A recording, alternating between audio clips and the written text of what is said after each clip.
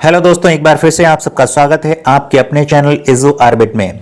इससे पहले हम लोगों ने देखा था वैदिक सभ्यता या वैदिक काल से संबंधित भाग 1, जिसके अंतर्गत हम लोगों ने समझा था वैदिक सभ्यता क्या है, वेदों की उत्पत्ति और रचना किस प्रकार हुई, कौन सा वेद किस विषय से संबंधित है, वेदांग, उपनिषद और पुराण क्या है, इनकी संख्या कितनी है, और भारत में आर्यों का आगमन कहां से और किस प्रकार हुआ तथा आर्यों के भारत आगमन से संबंधित प्रमुख मत क्या हैं।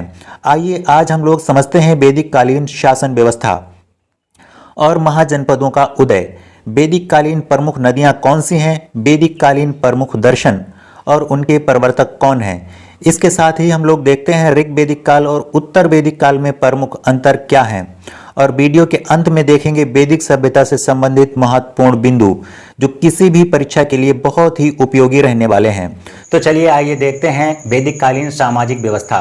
यदि वैदिक कालीन सामाजिक व्यवस्था की बात करें तो आर्य जो थे वो कबीलों में रहते थे और इनका मुख्य कार्य था पशुपालन, और पशुओं के लिए चारगाह की खोज में इनका इधर उधर आना जाना लगा रहता था। इसलिए ये मुख्य रूप से प्रारंभ में स्थायी रूप से निवास नहीं कर पाए, और इनके समाज की जो सबसे छोटी इकाई थी उसको कुल या परिवार कहा जाता था, और परिवार या कुल के मुखिया को पिता या कुलप कहा जाता था। और कई कुल मिल करके एक ग्राम का निर्माण कर लेते थे। जब कई कुल मिलते थे तो इससे एक ग्राम का निर्माण हो जाता था और ग्राम के मुखिया को ग्रामीणी कहलाता था। इस तरीके से जो आर्यों के समाज की सबसे छोटी इकाई थी उसको कुल या परिवार, और उसके हेड को कुलप या पिता। उसके बाद जब कई परिवार मिलते थे तो एक ग्राम का निर्माण हो जाता था और ग्राम के मुखिया को ग्रामीणी। उसके बाद कई ग्राम मिल करके एक विष का निर्माण कर लेते थे। जब कई ग्राम मिलते तो एक विष का निर्माण हो जाता था और विष के मुखिया या हेड को बिशप कहा जाता था। इसी क्रम में बढ़ते हुए क्रम में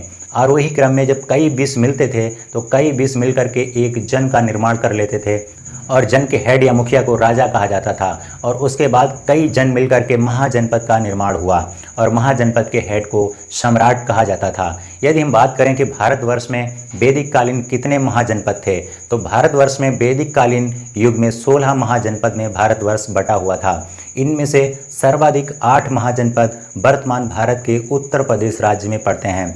तो आइए इसी क्रम में अब हम देख लेते हैं कि भारत में जो वैदिक कालीन महाजनपद थे उनकी राजधानी क्या थी और वर्तमान में उनका क्षेत्र क्या है। यदि हम महाजनपद को भारत के मैप से समझने का प्रयास करें तो हमें इसको याद रखने में, महाजनपद को याद रखने में बड़ी आसानी होगी और इसको समझने में भी बहुत आसानी होगी। तो आइए देख लेते हैं कि 16 महाजनपद भारत के किस राज्य में स्थित थे। तो 16 महाजनपद में सर्वाधिक 8 महाजनपद जो थे वो भारत के उत्तर प्रदेश राज्य में और 3 महाजनपद भारत के बिहार राज्य में स्थित थे। इसके अतिरिक्त राजस्थान राज्य में 1 महाजनपद, मध्य प्रदेश राज्य में 1 और दक्षिण भारत में 1 और अविभाजित भारत में 2 महाजनपद थे। तो इस तरीके से भारतवर्ष में वैदिक कालीन अर्थव्यवस्था, शासन व्यवस्था में 16 महाजनपद का प्रमुख योगदान था। तो चलिए इस मैप के थ्रू हम समझने का प्रयास करते हैं कि कौन सा महाजनपद कहाँ पर स्थित था। तो भारत के मैप की बात करें तो भारत के इधर ये जो उत्तर साइड है, इधर हमारा ये जम्मू कश्मीर पड़ता है और इस क्षेत्र को लद्दाख क्षेत्र के नाम से जाना जाता है। और ये इधर की जो दिशा है इसको हम उत्तर दिशा, भारत की उत्तर दिशा के नाम से जानते हैं। उसके बाद हमारा जो इधर का साइड है, इस साइड को हम तमिलनाडु क्षेत्र को हम दक्षिण भारत के नाम से जानते हैं। तो दक्षिण भारत, और उसके बाद हमारा जो इधर पूरब के राज्य हैं, यहाँ पर हमारा असम, अरुणाचल प्रदेश, मेघालय, नागालैंड, ये जो हमारे राज्य हैं ये पूर्वोत्तर के राज्य के नाम से जाने जाते हैं। इसके अतिरिक्त हमारा ये गुजरात और राजस्थान, ये हमारे पश्चिम भारत के राज्य जाने जाते हैं। तो इसको हम बड़ी आसानी से याद रख सकते हैं अगर मैप के थ्रू समझने का प्रयास करें। तो यहाँ पर ये जो हमारा है, इसके बाद हमारा पाकिस्तान, ये जो मैप हमारा दिख रहा है ये पाकिस्तान, और इसके बाद अफगानिस्तान यहाँ पर आता है। तो इसकी बात करें तो यहाँ पर ये हमारा जो है ये बांग्लादेश का क्षेत्र पड़ता है। ये हमारा बांग्लादेश का क्षेत्र है, और भारत के पूरब में यहाँ पर बांग्लादेश के नीचे यहाँ पर ये हमारा बंगाल की खाड़ी, इसको हम बांग्लादेश से ही कोऑर्डिनेट कर सकते हैं। बांग्लादेश के जस्ट नीचे यहाँ पर हमारी बंगाल की खाड़ी। और भारत के इधर पश्चिम साइड की बात करें तो पश्चिम साइड में हमारा ये पड़ता है यहाँ पर गुजरात, और गुजरात के बाद यहाँ पर ये पाकिस्तान, और यहाँ पर ये हमारे अरब देश पड़ते हैं, अरब कंट्री पड़ते हैं। तो इस तरीके से हम इसको कोऑर्डिनेट करके याद रख सकते हैं कि यहाँ पर ये हमारा भारत के पश्चिम में अरब सागर स्थित है। अरब सागर, और भारत के पश्चिम में ही अरब देश भी है, तो इसको हम ईजिली याद रख सकते हैं। जबकि भारत के इधर दक्षिण में यहाँ पर हिंद महासागर बहता है, भारत के दक्षिण में यहाँ पर हिंद महासागर। तो चलिए आइए अब इसको हम समझने का प्रयास करते हैं 16 महाजनपद को। ये क्षेत्र हमारा जो है ये भूटान का क्षेत्र है। इसके अतिरिक्त ये जो क्षेत्र हमारा है इसको हम उत्तर में, ये हमारा क्षेत्र नेपाल का ये हमारा क्षेत्र है, और इसके बाद चाइना पड़ता है। तो चलिए सबसे पहले हम इसको समझते हैं कि भारत के उत्तर प्रदेश राज्य में कौन सा महाजनपद कहाँ पर स्थित है। तो यहाँ पर ये हमारा उत्तर प्रदेश राज्य पड़ता है, ये भारत के यहाँ पर हमारा उत्तर प्रदेश राज्य पड़ता है, और यहाँ पर हमारा ये उत्तराखंड, उत्तर प्रदेश के उत्तर में उत्तराखंड, और इसका निर्माण भी उत्तर प्रदेश से कटकर ही हुआ। तो इसको हम, ये एक अलग विषय है, इसको हम बाद में भारत के मैप से संबंधित पूरे सब्जेक्ट में इसको देखने का प्रयास करेंगे। लेकिन आज हमारा जो विषय है वो है भारत के महाजनपद, वैदिक कालीन युग में महाजनपद। तो जो सबसे पहला हमारा महाजनपद है हम उसकी बात करें वो है हमारा कुरु महाजनपद की राजधानी थी इंद्रप्रस्थ। तो हमारा यहाँ पर ये दिल्ली राज्य पड़ता है, और दिल्ली राज्य के बाद यहाँ पर हमारा ये जो है हरियाणा, और दिल्ली के जस्ट नीचे यहाँ पर ये उत्तर प्रदेश में यहाँ पर ये मेरठ, इसके आसपास के क्षेत्र को कुरु महाजनपद के नाम से जाना गया, और उसकी राजधानी इंद्रप्रस्थ कहलाई। दूसरा हमारा है सूरसेन, उत्तर प्रदेश में यहाँ पर। इसके बाद फिर हमारा पड़ता है, यहाँ पर हमारा पड़ता है गाजियाबाद के बाद बुलंदशहर, अलीगढ़, और फिर हमारा यहाँ पर मथुरा यहाँ पर हमारा डिस्ट्रिक्ट है। तो मथुरा के आसपास के क्षेत्र को ही सूरसेन महाजनपद के नाम से जाना गया, और इसकी राजधानी वैदिक काल में मथुरा ही थी। तीसरा जो हमारा महाजनपद है जो कि हमारा उत्तर प्रदेश राज्य में ही पड़ता है वो है हमारा पांचाल। तो उत्तर प्रदेश राज्य में हमारा यहाँ पर ये जो बरेली, बदायूं और फर्रुखाबाद, इसके आसपास के क्षेत्र को ही पांचाल क्षेत्र के नाम से, पांचाल महाजनपद के नाम से जाना गया, और इसकी राजधानी थी उत्तरी पंचाल और दक्षिणी पांचाल। अगला जो हमारा महाजनपद है, चौथा हमारा महाजनपद है चेदी महाजनपद। ये चेदी महाजनपद जो है ये हमारा बुंदेलखंड क्षेत्र में पड़ता है। यहाँ पर ये हमारा मध्य प्रदेश राज्य स्थित है, जैसा कि नाम से ही इसके डिनोट होता है। ये जो हमारा भारत के मध्य का क्षेत्र है तो इसी को मध्य प्रदेश। तो यहाँ पर उत्तर प्रदेश में ये जो क्षेत्र है झांसी, महोबा, ललितपुर, और इसके उत्तर प्रदेश के इन जिलों के अतिरिक्त थोड़ा मध्य प्रदेश का भी कुछ हिस्सा, तो इसके आसपास के क्षेत्र को ही बुंदेलखंड के नाम से जानते हैं। तो यहाँ पर हमारा चौथा जो महाजनपद पड़ता है वो है चेदी की राजधानी थी शक्तिमती। तो बुंदेलखंड के आसपास के क्षेत्र को ही चेदी महाजनपद के नाम से जाना गया।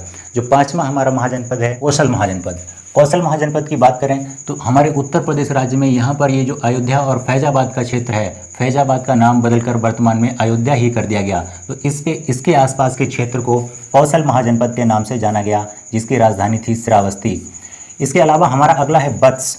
जो हमारा अगला महाजनपद है वो वत्स, उत्तर प्रदेश राज्य में। यहाँ पर उत्तर प्रदेश के इधर हम बात करें दक्षिण में यहाँ पर हमारा पड़ता है इलाहाबाद, जिसका वर्तमान में बदलकर नाम कर दिया गया प्रयागराज। तो इसके आसपास के क्षेत्र को वत्स महाजनपद के नाम से जाना गया और इसकी राजधानी थी कौशाम्बी।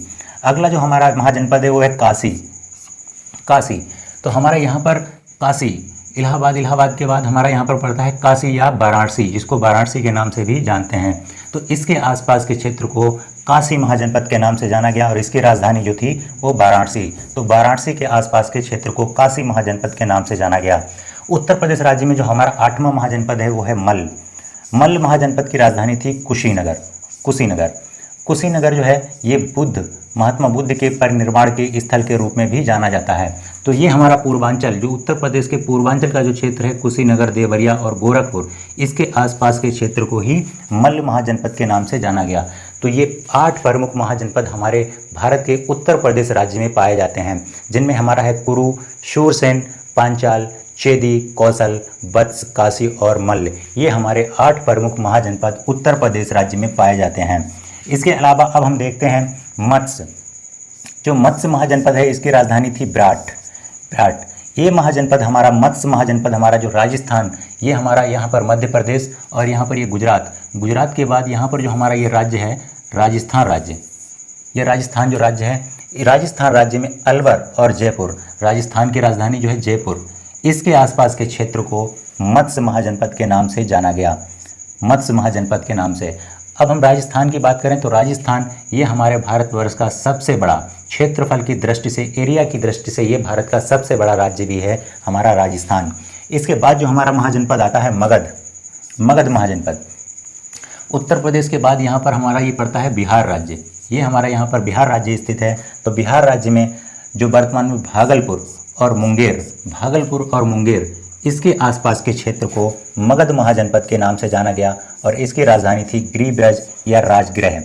इसके अलावा हमारा अंग महाजनपद हमारे बिहार राज्य में ही यहाँ पर हमारा पड़ता है पटना, और पटना के ठीक पास में ही गया। तो इसके आसपास के क्षेत्र को अंग महाजनपद के नाम से जाना गया और इसकी राजधानी थी चंपा। पटना और गया जो हमारा डिस्ट्रिक्ट है, इसके पास ही एक 13 किलोमीटर की दूरी पर एक स्थान है बोध गया। वहीं पर ही महात्मा बुद्ध को जो ज्ञान था उसकी प्राप्ति हुई थी बोध गया में। ये गया डिस्ट्रिक्ट में ही स्थित है बोध गया। अगला जो हमारा महाजनपद है बज्जी महाजनपद, इसकी राजधानी थी वैशाली। और ये बज्जी जनपद भी हमारे बिहार राज्य के जो यहाँ पर मुजफ्फरपुर और वैशाली इसके आसपास के क्षेत्र को बज्जी महाजनपद के रूप में जाना गया। अगला महाजनपद है अवंती ये जो हमारा मध्य प्रदेश है, मध्य प्रदेश में यहाँ पर जो हमारा पड़ता है उज्जैन के पास जो छिपरा नदी और उज्जैन इसके आसपास के क्षेत्र को ही अवंती महाजनपद के रूप में जाना गया और इसकी राजधानी थी उज्जैन। छिपरा नदी के ही किनारे कुंभ मेले का आयोजन किया जाता है। वर्तमान में ये क्षेत्र मालवा क्षेत्र कहलाता है। वर्तमान में ये क्षेत्र जो है हमारा मध्य प्रदेश में मालवा क्षेत्र कहलाता है। उसके अलावा हमारा महाजनपद है असमक की राजधानी थी पोतन। तो ये दक्षिण भारत में ये जो हमारा गोदावरी नदी क्षेत्र है, गोदावरी नदी क्षेत्र के आसपास के क्षेत्र को ही असमक महाजनपद के नाम से जाना गया। उसके बाद हमारा है कंबोज महाजनपद जो है हमारे उत्तर पश्चिमी पाकिस्तान, यहाँ पर उत्तर पश्चिमी पाकिस्तान और अफगानिस्तान, इसके बाद हमारा पड़ता है अफगानिस्तान। तो इसके आसपास के क्षेत्र को ही कंबोज महाजनपद के नाम से जाना गया। इसकी राजधानी थी हाटक। अगला है हमारा गंधार ये पाकिस्तान और पाकिस्तान में यहाँ पर जो है हमारा पड़ता है रावलपिंडी और पेशावर। तो इसके आसपास के क्षेत्र को ही गंधार महाजनपद के नाम से जाना गया और इसकी राजधानी थी तक्षशिला। और तक्षशिला में ही विश्व की प्रथम यूनिवर्सिटी, पहला विश्वविद्यालय तक्षशिला यहाँ गंधार महाजनपद में ही स्थित था। तो ये थे हमारे वैदिक कालीन युग से संबंधित महाजनपद, 16 महाजनपद। तो ये 16 महाजनपद जिनमें हमारे उत्तर प्रदेश में जो महाजनपद हैं वो हमारा कुरु, शूरसेन, पांचाल, शेदी, कौशल, वत्स, काशी और मल्ल, ये हमारे 8 प्रमुख महाजनपद उत्तर प्रदेश राज्य में स्थित हैं। आइए इसके बाद हम लोग देखते हैं वैदिक कालीन नदियाँ और वैदिक कालीन उनके नाम क्या हैं। तो चलिए देख लेते हैं। तो भारत में ये जो एक सिंधु नदी निकल करके जाती है, भारत से ये सिंधु नदी निकल करके जाती है, तिब्बत क्षेत्र से निकलती है और उसके बाद ये भारत में प्रवेश करने के बाद ये पाकिस्तान से होती हुई इधर अरब सागर में जाकर के मिल जाती है। तो हमारी ये सिंधु नदी है, इसका वैदिक कालीन नाम सिंध नदी था। सिंध नदी की सहायक नदियाँ जिसमें हमारी झेलम, चेनाब, रावी, ब्यास और सतलज ये सभी हमारी वैदिक कालीन ही नदियाँ थीं। तो आइए पहले हम देख लेते हैं सिंधु नदी की सहायक नदियों के वैदिक कालीन नाम और उसके बाद देखते हैं अन्य नदियाँ, वैदिक कालीन नदियाँ और उनके वैदिक कालीन नाम। तो चलिए हम देख लेते हैं। तो सिंध नदी की ये सहायक नदियाँ जो हैं झेलम, चेनाब, रावी, ब्यास और सतलज, जिसमें सिंध नदी को वैदिक काल में सिंधु, झेलम नदी को वैदिक काल में बितस्ता, चेनाब नदी को वैदिक काल में आस्किनी, रावी नदी को वैदिक काल में परसुणी, ब्यास नदी को वैदिक काल में शतुद्री, सतलज नदी को वैदिक काल में विपाशा आदि नाम से जाना गया। तो ये थी हमारी सिंधु नदी की सहायक नदियाँ झेलम, चेनाब, रावी, ब्यास और सतलज। इसके अतिरिक्त हमारी अन्य नदियाँ भी वैदिक कालीन नदियाँ हैं, जैसे कुरुब, इसका वर्तमान नाम है कुर्रम, ये कुरुब नाम से जानी गई। इसके अलावा हमारी कुभा, इसको वर्तमान में काबुल नदी के नाम से जाना जाता है। ये हमारी अफगानिस्तान क्षेत्र में पड़ती है। इसके बाद सदानीरा को गंडक नदी के नाम से जाना जाता है। वर्तमान में गंडक नदी के नाम से जाना जाता है सदानीरा। ये हमारी उत्तर प्रदेश और बिहार राज्य का ये जो बॉर्डर है, सीमा का निर्माण करती है और ये पटना में बिहार के पटना में ही गंगा नदी में जाकर के मिल जाती है। अगली हमारी नदी है घग्गर नदी, जिसको वैदिक काल में परसद्धति नदी के नाम से जाना जाता था। परसद्धति नदी ये हमारी हिमाचल प्रदेश से निकलती है और हिमाचल प्रदेश से निकलने के बाद ये हरियाणा से पंजाब और पंजाब से ये राजस्थान होती हुई ये पाकिस्तान में जाकर के लुप्त हो जाती है। तो ये हमारी थी घग्गर नदी, जिसको वैदिक काल में परसद्धति नदी के नाम से जाना गया। उसके बाद है हमारी गोमती नदी, वर्तमान नाम है इसका गोमती, इसको गोमल नाम से जाना गया वैदिक काल में। ये जो गोमती नदी है ये हमारी उत्तर प्रदेश के पीलीभीत में, यहाँ पर ये हमारा पीलीभीत है, तो वहाँ पर एक स्थान है माधोटांडा, वहाँ से निकलती है और वहाँ से निकलने के बाद ये हमारे पूर्वांचल क्षेत्र में बहती हुई गाजीपुर में जाकर के गंगा नदी से मिल जाती है। और एक हमारी जो वैदिक कालीन नदी है स्वात, जिसका वैदिक कालीन नाम था सुबस्तु। तो ये वैदिक कालीन हमारी प्रमुख नदियाँ। तो चलिए आइए अब हम लोग देख लेते हैं वैदिक कालीन प्रमुख दर्शन और उनके प्रवर्तक। तो सबसे पहले हम देखते हैं कि भारत में उस टाइम वैदिक काल में 7 प्रमुख दर्शन थे और उनके प्रवर्तक। जो चारबाग दर्शन है, इसके प्रवर्तक चारबाग ही थे। चारबाग दर्शन के प्रवर्तक चारबाग। योग दर्शन के प्रवर्तक पतंजलि। पतंजलि योग दर्शन के प्रवर्तक हैं, ये हमारा इम्पोर्टेंट है। और सांख्य दर्शन, इसके प्रवर्तक कपिल। न्याय दर्शन के प्रवर्तक गौतम। पूर्व मीमांसा जो दर्शन है, इसके प्रवर्तक जैमिनी। उत्तर मीमांसा दर्शन के प्रवर्तक बादरायण। और वैशेषिक दर्शन के प्रवर्तक कणाद या उलूक को जाना जाता है। आइए अब हम लोग देखते हैं ऋग वैदिक काल और उत्तर वैदिक काल में प्रमुख भिन्नताएं, और वीडियो के अंत में देखेंगे वैदिक काल से संबंधित कुछ प्रमुख शब्द। जैसा कि हम लोग जानते हैं, जो वैदिक काल हमारा 1500 BC से लेकर के 600 BC तक के टाइम को वैदिक काल के नाम से जाना गया, लेकिन 1500 BC से लेकर के 1000 BC तक के टाइम को ऋग वैदिक काल और 1000 BC से लेकर के 600 BC तक के टाइम को उत्तर वैदिक काल। तो चलिए देख लेते हैं इनमें प्रमुख भिन्नताएं। अगर हम इनमें भिन्नताओं की बात करें तो ऋग वैदिक काल में जीवन में गतिशीलता थी। ऋग वैदिक काल में आर्यों का जो मुख्य व्यवसाय था वो था पशुपालन, और पशुओं के चारगाह की खोज में इनका इधर उधर आना जाना बना रहता था। तो वैदिक काल में आर्यों के जीवन में गतिशीलता थी। उत्तर वैदिक काल में आर्यों ने कृषि कार्य करना प्रारंभ कर दिया और वैदिक काल में इनके जीवन में स्थायित्व आ गया। स्थायित्व, उत्तर वैदिक काल में स्थायित्व, तो ये प्रमुख अंतर है। उसके अलावा जो हमारा दूसरा है पशुपालन। वैदिक काल में आर्यों का मुख्य कार्य, ऋग वैदिक काल में आर्यों का मुख्य कार्य पशुपालन, जबकि उत्तर वैदिक काल में आर्यों का पशुपालन के साथ साथ कृषि भी मुख्य कार्य हो गया। अगला देख लेते हैं तांबा। तांबा और कांसे की खोज ऋग वैदिक काल में हुई। तांबे को लोहित अयश के नाम से जाना जाता है, जबकि लोहे की खोज उत्तर वैदिक काल में हुई और लोहे को श्याम अयस के नाम से जाना जाता है। उसके बाद हमारा जो अगला डिफरेंस है सर्वाधिक प्रिय देवता। तो ऋग वैदिक काल में सर्वाधिक प्रिय देवता थे इंद्र। इंद्र को युद्ध और वर्षा का देवता माना गया, जबकि सर्वाधिक प्रिय पशु घोड़ा था। इसके अतिरिक्त उत्तर वैदिक काल में जो प्रमुख देवता थे वो थे प्रजापति और प्रमुख पशु था गाय। उसके बाद वस्तु विनिमय प्रणाली। ऋग वैदिक काल में वस्तु विनिमय प्रणाली प्रचलित थी। वस्तु विनिमय प्रणाली अर्थात एक वस्तु के बदले दूसरी वस्तु को प्राप्त करना, वस्तुओं के बदले वस्तुओं की अदला बदली ही वस्तु विनिमय प्रणाली कही जाती है। जबकि उत्तर वैदिक काल में वस्तु विनिमय प्रणाली के साथ साथ सांकेतिक मुद्रा भी प्रचलन में आ गई थी। कुछ स्पेशल टाइप के पत्थरों के कुछ मूल्य निर्धारित कर दिए गए थे, जिनके बदले वस्तुओं की खरीद फरोख्त की जा सकती थी। उसके बाद हमारा है प्राकृतिक अवतारों। ऋग वैदिक काल में प्राकृतिक अवतारों जैसे इंद्र, अग्नि, वायु, सूर्य, वरुण और यम, इनकी पूजा की जाती थी। जबकि उत्तर वैदिक काल में प्राकृतिक अवतारों के स्थान पर मानविक अवतारों जैसे कृष्ण, राम, परशुराम, इनकी पूजा की जाने लगी और मूर्ति पूजा का कार्य उत्तर वैदिक काल में ही प्रारंभ हुआ, जबकि ऋग वैदिक काल में मूर्ति पूजा का उल्लेख नहीं मिलता है। और ऋग वैदिक काल और उत्तर वैदिक काल दोनों का ही समाज पितृसत्तात्मक था, अर्थात पिता की वैल्यू अधिक थी। अब आइए वीडियो के अंत में देख लेते हैं वैदिक काल से संबंधित कुछ प्रमुख शब्द और उनके अर्थ क्या हैं, उनका मीनिंग क्या है। तो इनमें हमारे कुछ प्रमुख शब्द हैं। अमाजू, जीवन भर अविवाहित, जो भी लेडीज शादी नहीं करती थी, अविवाहित रहने वाली स्त्री को अमाजू कहा गया। इसके अतिरिक्त समिति और सभा ये दो ऐसी संस्थाएं थीं जो कि सभा जो थी वो राजा की नियुक्ति या चुनाव करने का कार्य करती थी। इसमें समाज के संभ्रांत और वरिष्ठ लोग शामिल थे, जबकि समिति जो थी इसमें ये पब्लिक के लोग इसमें शामिल हुआ करते थे और ये सलाह मशवरा देने का कार्य करती थी समिति। अगला है हमारा अधन्या अर्थात जिसको मारा ना जा सके, तो वैदिक काल में गाय को अधन्या कहा गया।